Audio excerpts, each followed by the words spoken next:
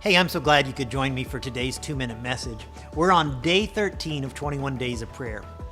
Are you aware of the fact that there's now a whole body of research that shows that people who have strong support systems are far more healthier than those who don't?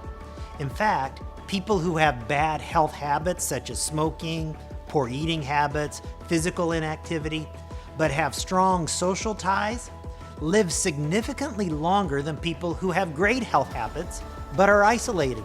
In other words, it's better to eat Twinkies with good friends than to eat broccoli alone. I shared with you last week a couple of the challenging seasons I've gone through in my life. One was the divorce I went through 30 years ago this year. After taking some extended time away from ministry and church, the church I was serving in Las Vegas invited me back to be their pastor.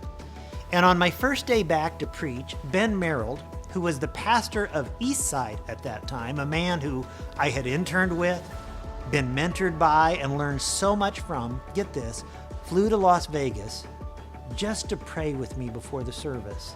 And then he flew home. I'll never forget it, and how much his support and friendship meant. I also told you last week about resigning from a church I served in Chicago, not knowing where I was going. It was kind of a dark and challenging time. And a couple of my pastor buddies and their wives, Dave and Beth Stone, Ben and Carla Kacharis, invited Barbara and me to come join them in Florida for a few days.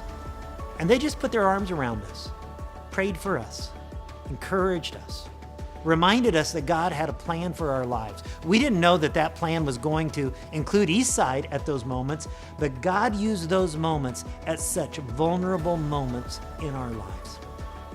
Who's God used in your life? In whose life could God use you today? Want to dive a little deeper?